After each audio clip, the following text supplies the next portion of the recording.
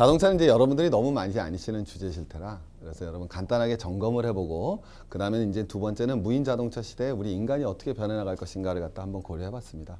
자, 무인차의 시대는 오는가라는 걸 했었는데 이 사진은 제가 사실 가지고 있었고 책에도 가끔 나오는 건데 여러분한테 꼭 보여주고 싶었던 사진이었습니다. 자, 저게 무슨 기계일까요? 우리 자동차 좋아하시는 분 금방 아실 텐데 자동 변속기입니다, 여러분. 자동 변속기가 여러분 1930년대 최초로 만들어졌습니다. 자, 우리 자동 변속기. 우리 나이 드신 분 중에서 우리 수동으로 운전해 보신 분 계시나요, 여기? 수동 운전해 보셨죠? 예. 그죠? 그러다 자동 나오니까 어땠어요, 그 변화가? 표현할 수 없을 정도로 그죠? 엄청 혁신적이었죠. 그죠? 엄청 혁신적이었다고요. 자, 근데 그래도 지금 유럽 애들은 여전히 수동 몰고 있죠. 자율차의 논쟁에 대해서 반박 나오는 가장 대표적인 견지가 바로 저겁니다. 나와도 안 탄다라는 거죠. 맞잖아요, 여러분. 우리는 다 뭐로 바뀌었습니까? 오토로 바뀌었지만 유럽 가서 렌트카 하실 때 제일 조심하셔야 되죠. 왜냐면 유럽 가서 렌트카 할 때 미쳐버리는 게 뭐냐면 여기서 예약할 때는 자동을 준다 그래요. 근데 가면 자동 없다 그래요. 굉장히 조심하셔야 됩니다. 저는 몇 번 당했어요. 그래서 저는 수동을 운전할 줄 알기 때문에 큰 불편함이 없는데 진짜 맛이 간 건 영국이었어요. 왜냐면 수동을 운전할 줄 알아서 거꾸로니까. 내가 운전하던 건 이렇게 운전한 거잖아요, 수동을. 근데 이걸 주니까 미쳐버리겠더라고요. 가시게 되시면 항상 걔네가 100%가 아니에요. 그러니까 꼭 조심을 하셔야 됩니다. 꼭 자동을 준다고 하는데 웬만하면 주는데 안 줄 때도 있습니다. 조심하셔야 돼요. 그래서 반박하는 가장 대표적인 논거가 바로 저거죠. 야, 와도 안 산다. 자, 그런데 아주 결정적인 사진이 있습니다. 여러분, 이건 언제냐? 1900년이에요. 1900년, 딱 1900년. 어디냐면, 어디겠어요, 저기가? 맨하탄입니다. 맨하탄인데, 언제나 부활절입니다. 부활절 날이에요. 자, 이건 1900년이고요. 똑같은 장소를 13년 뒤에 찍습니다. 13년 뒤에. 13년 뒤에 딱 찍었어요. 뭐가 바뀌었습니까? 똑같이 동그라미 하나씩 있죠? 이 동그라미 뭔지 아세요? 다 마차인데 유일한 자동차예요. 이건 1913년인데 이건 뭔지 아시겠어요? 다 자동차인데 유일한 마차죠. 그러니까 기술의 변화라는 거는 우리가 상상을 뛰어넘는 거죠. 저게 딱 13년이 걸렸습니다. 너무 신기하지 않아요? 자, 여러분 엄청 깜짝 놀랐는데 변속기는 나온 지가 몇 년 됐습니까? 80년 됐어요. 오토가. 근데 아직도 유럽 애들은 수동을 하고 있는데 저때 미국에서는 차가 나온 게 13년 만에 싹 바뀌어버렸어요. 오케이? 자, 그러면 여러분 생각해 보셔야죠. 무인차의 미래를 갖다가 우리가 받아들일까 안 받아들일까는 무슨 문제가 아니라 무슨 문제다. 사실 오늘 이거 하나만 가져가셔도 됩니다. 왜 오토는 안 받아지는데 맞잖아요. 생각해보세요. 왜 오토는 안 받아들이는데 저건 다 받아들였냐고요. 자, 우리 자동차 역사 공부하시면 금방 알잖아요. 1908년에 누가 우리 유명한 자동차 회사 사장이 누구? 포드가 뭐를 만듭니까? 모델 T카를 만들죠. 그래요. 정답 가격이에요. 지금 유럽 애들이 왜 아직도 이거 안 해? 변속기 왜 안 타요? 비싸잖아요. 자, 그것도 물어볼까요? 미국 애들은 다 변속기 받아들였는데 유럽 애들은 왜 안 받아들였어요? 문제는 다 뭐예요? 가상화폐 갖고 우리가 왜 지금 이렇게 난리치고 있어요? 문제는 그렇죠. 멋있게 얘기하면 프라이스, 다르게 얘기하면 돈이에요. 미국은 무슨 가격이 싸요? 기름값. 유럽 애들은 기름이 안 나잖아요. 스틱하고 오토하고 뭐를 많이 먹어요? 오토 쓰면 기름 많이 먹잖아요. 그게 미국 애들은 부담이 없는 거고 유럽 애들은 부담인 거예요. 그게. 그래서 미국 애들은 여전히 금방 오토로 다 바꾼 거고 우리는 미국을 따라갔잖아요. 유럽 애들은 스틱 모는 거예요.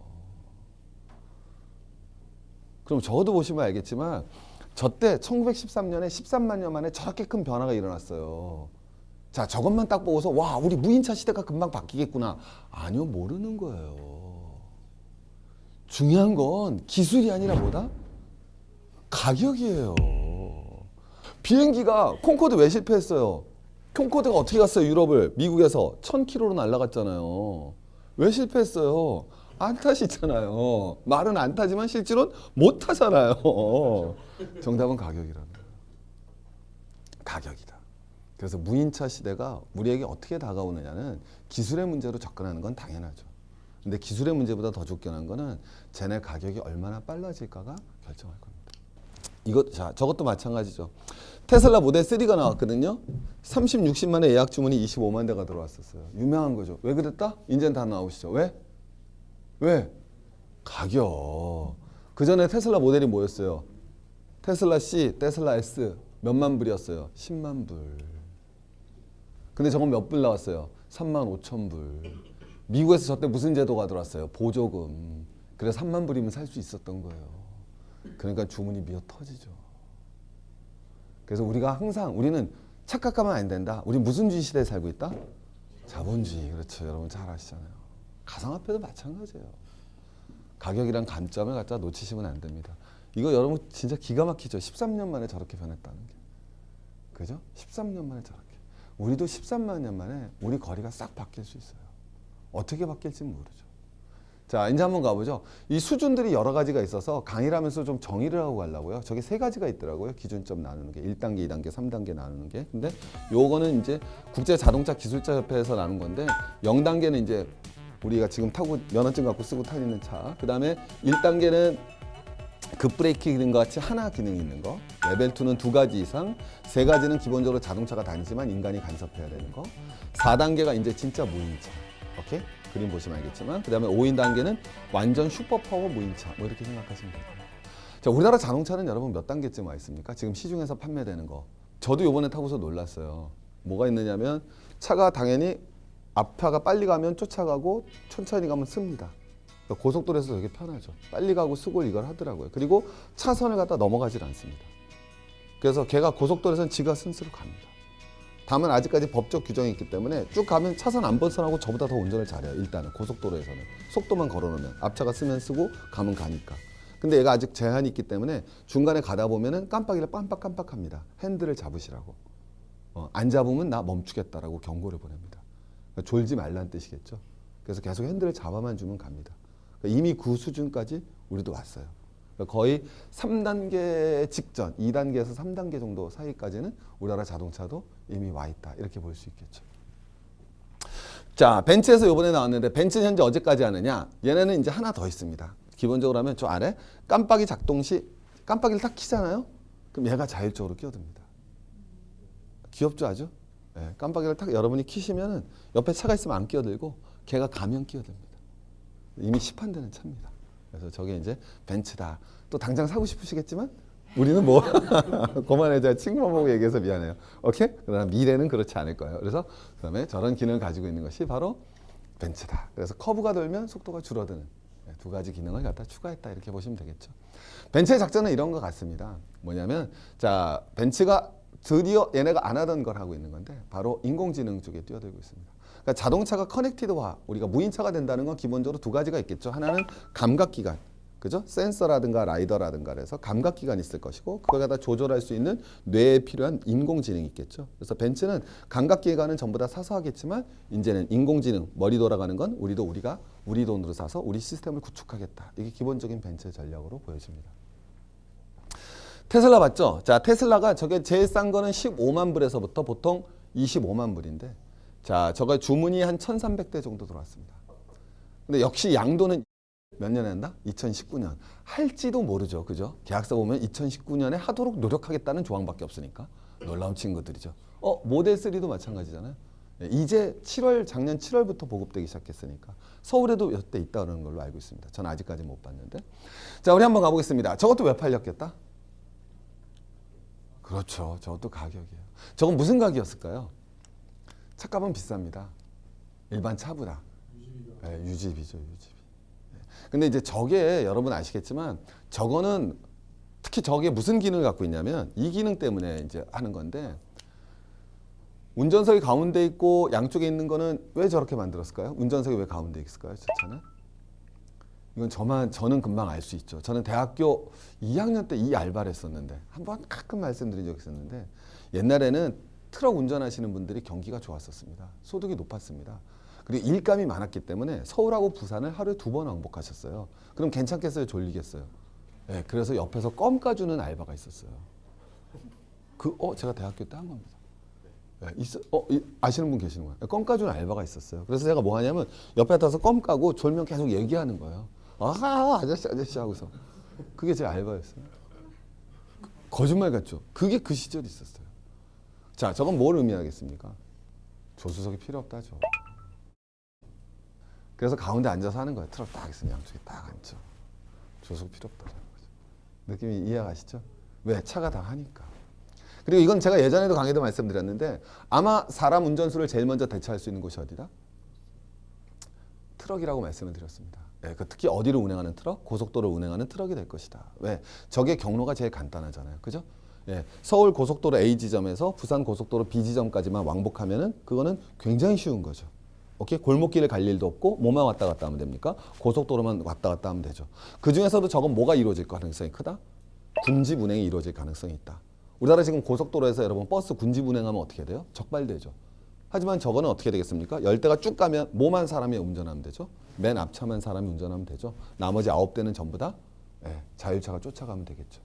이제 저걸 갖다 할 수 있는 기능이 있다는 거죠. 그래서 차값은 비싸지만 뭐가 엄청나게 감소될 것이다? 유지비가 엄청 감축될 것이다. 그래서 여러분 기사님 중에서 우리 한번 생각해 봅시다. 무슨 기사님이 제일 먼저 위험하다? 실업으로는 트럭 기사가 위험하실 거예요. 근데 우리나라보다 어디가 더 먼저 날아갈 확률이 높다? 미국이죠. 트럭이 물동량의 대부분을 차지하는 무서운 나라입니다. 그러지 않겠습니까? 나라가 작습니까? 엄청 넓습니까? 엄청 넓죠? 없어질 확률이 되게 높은 직업입니다. 쉽지 않겠죠. 그죠? 자, 그럼 저거 다음에는 또 뭐가 이루어질까요? 그럼 트럭 차량 회사에서 변화는 뭐가 있겠습니까? 계속 생각해 보시면 금방 나오죠. 저 트럭은 어때요? 사람이 모는 트럭과 다르게.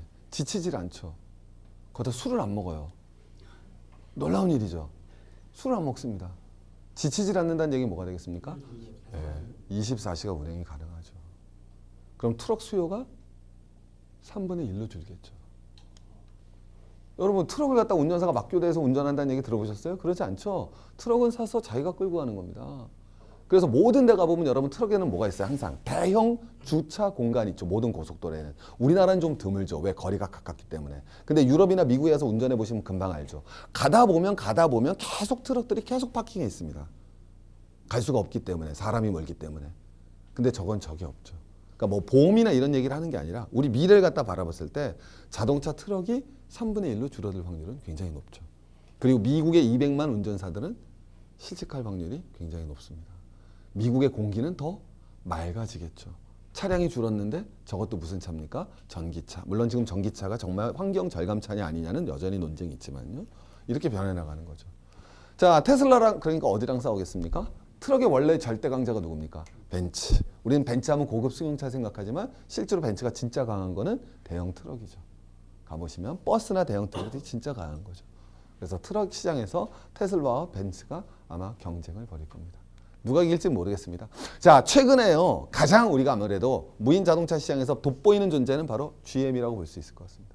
사실은 미국 차죠. 뒤에 보시면 알겠지만 미국 차가 여러 번 어떻게 됐어요? 예전에는 완전 도태됐었죠. 미국 차 도태의 가장 큰 원인이 뭐였습니까?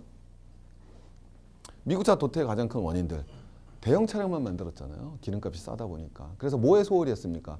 연비에 소홀하지 않았습니까? 그러다 무슨 일이 벌어졌습니까? 두 가지가 벌어졌죠. 하나, 기름값이 올랐잖아요. $100가 넘어가는 일이 발생하지 않았습니까? 두 번째, 환경 규제가 시작됐잖아요. 그래서 이 환경 규제와 $100 넘어가는 석유 가격으로 인해서 그 두 요인에 인해서 미국 자동차 업계가 큰 타격을 입고 일본 자동차 업계와 유럽 도요타와 그 다음에 우리가 알고 있는 독일 차들이 약진을 이뤄냅니다. 자, 그런데 최근에는 거꾸로 미국 차가 다시 한번 약진을 이루게 되죠. 여러 요인이 있겠습니다만 아까도 말씀드렸지만 무인차 시장에서 무인차가 제일 필요한 나라가 어디겠습니까? 당연히 우리나라가 더 필요할까요? 미국이 더 필요할까요? 그럼요. 우리나라 사람 차 얼마 안 탑니다. 생각해 보시면 금방 알지만. 그죠? 생각보다 차 얼마 안 타죠? 네. 미국에서는 차 훨씬 더 많이 탑니다. 자, 우리 한번 쫓아가 보겠습니다. GM하고 포드가 앞서가는데 GM이 드디어 크루즈 오토메이션이란 소프트웨어 회사를 샀고요. 그 다음에 우버 다음에 미국에서 잘 쓰이는 게 바로 리프트입니다. 그래서 리프트를 샀죠. 자, 그럼 저가 뭐 하는 거죠? GM은 우리도 무인차 시장에 뛰어들어서 공유 차량 운행 시스템 조작할 거야 라고 나가는 거죠. 그 사업 쪽에 진출하겠어 라는 GM이 의지를 밝혔다고 볼 수가 있습니다. 자, 그래서 GM에서 나왔던 게 자, 그럼 GM이 잘하는 건 뭐냐? 딱 봤더니 2017년 6월입니다. 얼마 안 된 거죠. 자율주행차 130대, 저 완전 무인차입니다. 사람이 타고는 있지만 자율차로 가는 겁니다. 그러니까 저것도 사실 되게 논란이 많죠. 왜? 저게 아직 완전히 법적으로 해결이 안 됐거든요. 그럼 GM이 저걸 갖다 어떻게 돌렸겠어요? 핸들 잡으면 무리가 아니잖아요. 운전사를 누구를 앉혔겠어요? 직원들. 자기네 회사 직원들 앉혀갖고 운행시켰어요. 그래서 이제 데이터를 갖다 모았습니다. 데이터를 모아서는 130대 운행을 시켰고 드디어 이렇게 변해가고 있죠. 드디어 GM이 건방져졌습니다.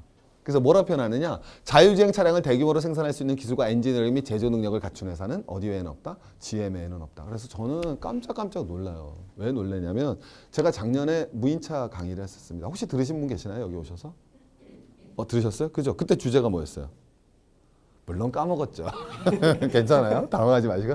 까먹었지만 다시 기억하면 기억하실 거예요. 그때 주제는 뭐였느냐? 3번 강연을 했어요. 제가 무인차를. 첫 번째 무인차 시대가 올 것이다. 항상 제가 그래도 앞서가는 편이죠. 열심히 노력을 해서. 두 번째 뭐냐면 이 무인차 시장에서 전통 자동차 업계가 이길 것이냐 아니면 구글과 애플과 같은 디지털 업계가 이길 것인가가 그게 제가 전번 강의 주제였습니다. 근데 그 강연한 지가 1년도 안 됐거든요. 근데 너무 재밌는 건 1년 안에 아직은 모르겠어요. 근데 승패가 나고 있죠. 요새 어디 소식 없습니까? 무인차 시장에서. 구글, 애플 소식이 없죠. 아주 잠잠하죠. 뭐 하고 있지? 뭐 하고 있지? 하고 봤더니 하드웨어는 포기했다. 무슨 뜻입니까? 자동차는 안 만들겠다. 이런 얘기죠. 그리고 뭐만 하겠다? 소프트웨어만 하겠다. 이렇게 나오고 있습니다. 구글이 그렇죠. 그리고 애플은 뭐예요? 아무 짓도 하는지 누가 뭐 하는지 아무도 알 수가 없죠. 자동차 쪽에. 저렇게 변했습니다. 자, 왜 그랬다? 제가 그때도 강의할 때 그랬죠. 왜 제가 그 주제를 잡았겠어요? 그 당시만 하더라도 다 무인차는 구글과 애플이 이길 거라고 얘기했는데 흐름이 그렇지 않은 것 같더라고요.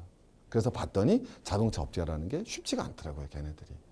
그래서 그 말씀을 드리고 주제를 했던 거예요. 근데 아직도 몰라요.